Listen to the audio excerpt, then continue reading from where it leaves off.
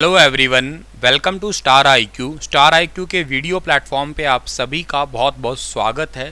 दोस्तों, आज 8 जून 2022 के हरियाणा करंट अफेयर हम पढ़ने वाले हैं। स्टार आईक्यू यूट्यूब चैनल पे आप सभी का तहे दिल से स्वागत कर रहा हूं और अगर आप लोगों ने अभी तक इस चैनल को सब्सक्राइब नहीं किया है तो कर लीजिएगा।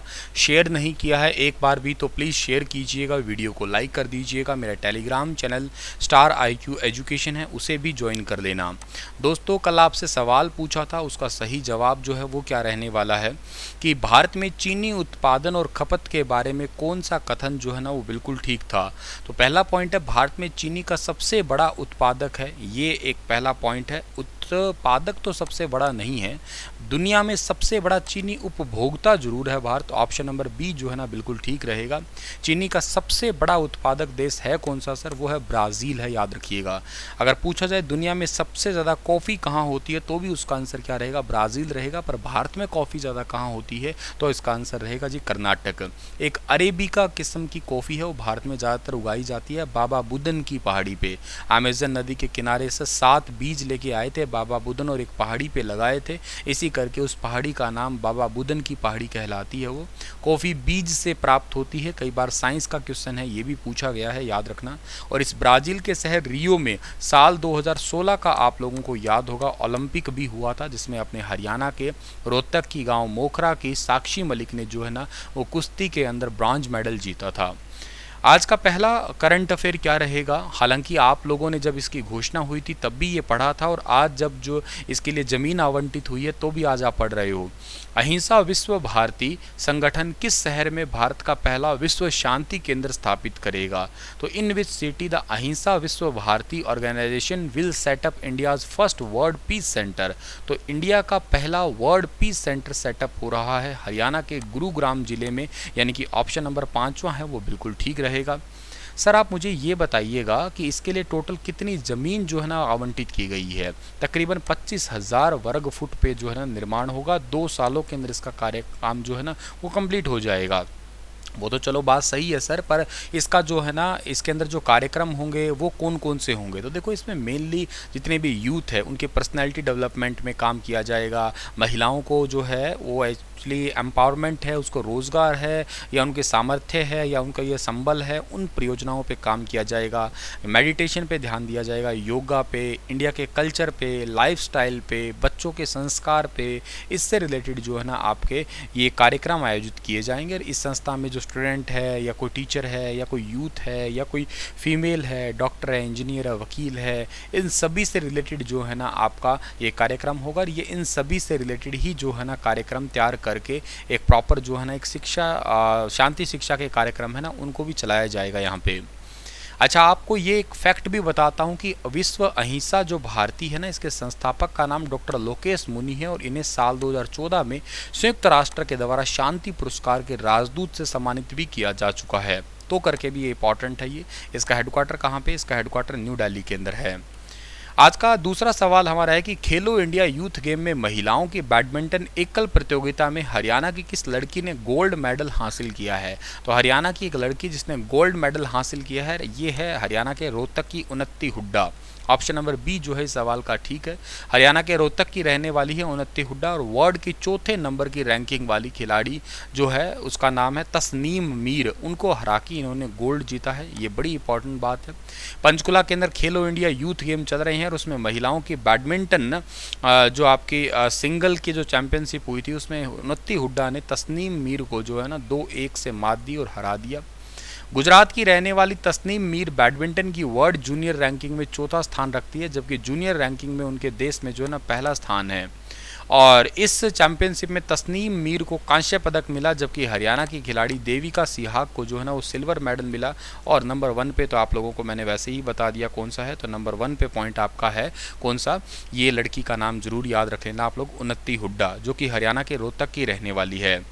थोड़े दिन पहले आप लोगों ने देखा होगा, ये मिली थी प्रधानमंत्री नरेंद्र मोदी से मिली थी। हरियाणा के रोहतक की भरत कॉलोनी की रहने वाली है ये, और रोहतक के सर छोटू राम स्टेडियम में बैडमिंटन की प्रैक्टिस की है। इनके कोच का नाम प्रवेश है और ये 9th क्लास में पढ़ती है। माँ का नाम डॉक्टर कविता है, जो कि एक टीचर ही हैं। और इससे पहले उन्नति ने बेंगलुरु के अंदर Infosys foundation India international challenge tournament में शानदार प्रदर्शन किया था और वहाँ पे इन्होंने सिल्वर मेडल जीता था।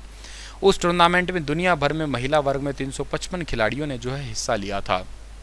दूसरा क्वेश्चन हमारा क्या रहेगा कि गर्ल्स कबड्डी प्रतियोगिता में हरियाणा राज्य ने कौन सा मेडल हासिल किया है। तो गर्ल्स कबड्डी प्रतियोगिता के अंदर जो है ना, हरियाणा राज्य ने गोल्ड मेडल हासिल किया है। ऑप्शन नंबर ए जो है इस सवाल का हमारा, वो बिल्कुल ठीक रहेगा। गर्ल्स कबड्डी फाइनल मैच में हरियाणा टीम ने जो है ना बहुत अच्छा मैच खेला और महाराष्ट्र को हरा के 48-29 से जो है ना वो गोल्ड जीत लिया। अब तक हरियाणा के खाते में 19 गोल्ड मेडल जो है वो आ चुके हैं। हाल ही में हरियाणा के किस शहर में खेलो इंडिया यूथ गेम के लिए अंतर्राष्ट्रीय स्तर पर हॉकी स्टेडियम का निर्माण किया जाएगा। तो इंटरनेशनल लेवल पर हॉकी स्टेडियम का निर्माण होगा शाहाबाद के अंदर। रानी रामपाल का क्षेत्र है ये, जरूर याद रखिएगा। सरदार संदीप सिंह का भी पैतृक क्षेत्र यही है, आपका रूट्स यहीं से ही है। सो शाहाबाद क्षेत्र जो है ना, इसमें विकसित किया जाएगा तकरीबन 15 करोड़ रुपए की बजट खर्च करके। पहले भी यूथ गेम में देश के 8 राज्य से झारखंड, मणिपुर, ओडिशा, चंडीगढ़, हरियाणा, यूपी, पंजाब, बिहार के करीब 150 खिलाड़ियों ने अपनी प्रतिभा जो है ना दिखाने का काम किया था, ठीक है ना। और इस बार जो है ना थोड़ा और ख़ास हो रहा है, क्योंकि एक साल तो हुआ ही नहीं था ये, ठीक है ना। तो काफ़ी ज़्यादा इंतज़ार के रूप में था ये। और नेक्स्ट आपका सवाल है कि मनाली की ऊंची चोटियों के बीच स्थित 6111 मीटर ऊंचे माउंट यूनम के कद को हरियाणा के कितने दिव्यांग छात्र जो है ना वो नापने वाले हैं। तो हरियाणा के टोटल 22 दिव्यांग छात्र जो है ना इसमें हिस्सा लेने वाले हैं।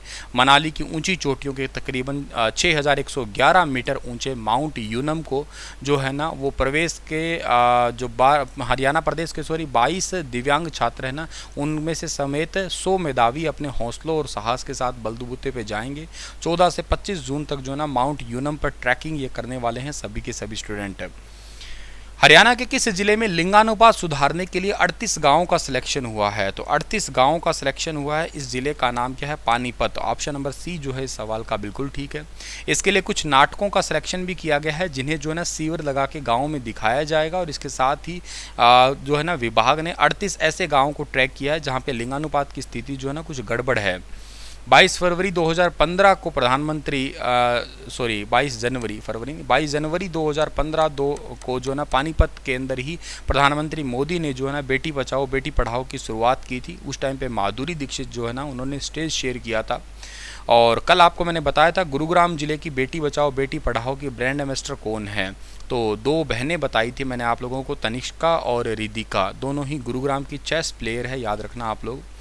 और 2015 से अब तक पानीपत जिले की लिंगानुपात की स्थिति देखा जाए तो 2015 में जो है ना वो 837वां रैंक था, मतलब 10वीं रैंक थी। 2016 में 15वीं रैंक थी, 17 में पहला ही रैंक निकल के आया था, 18 में 17 था, 19 में तीसरा, 20 में दूसरा, 21 में जो है ना वो 9वां और 21-22 के अंदर जो है ना अभी तक के लिए तो मई तक जो है ना वो है 10वां रैंक है।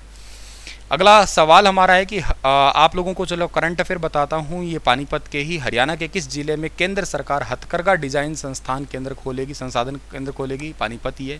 पहला जेल रेडियो स्टेशन पानीपत में है। और IOCL इंडियन ऑयल कॉरपोरेशन जो है ना ये रिफाइनरी है और ये विषैली गैसों से जो है ना वो एक्चुअली आपका एथेनॉल बनाएगी और ये भी पानीपत के अंदर प्लांट लगाया जाएगा। हाल ही में हरियाणा सरकार ने कितनी इलेक्ट्रिक बसें शुरू करने का निर्णय लिया है? तो हरियाणा गवर्नमेंट ने टोटल जो है ना 800 इलेक्ट्रिक बसें जो है ना स्टार्ट करने का निर्णय लिया है। ऑप्शन नंबर बी जो है ना इस सवाल का ठीक है।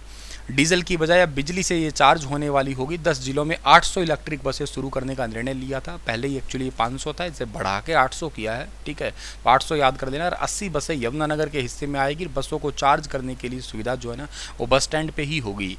एक बार बैटरी चार्ज हो जाएगी 200 किलोमीटर तक जा पाएगी, ठीक है। और बसों का जो संचालन है नगर निगम और रोडवेज विभाग द्वारा जो है ना वो मिल के दोनों को किया जाएगा।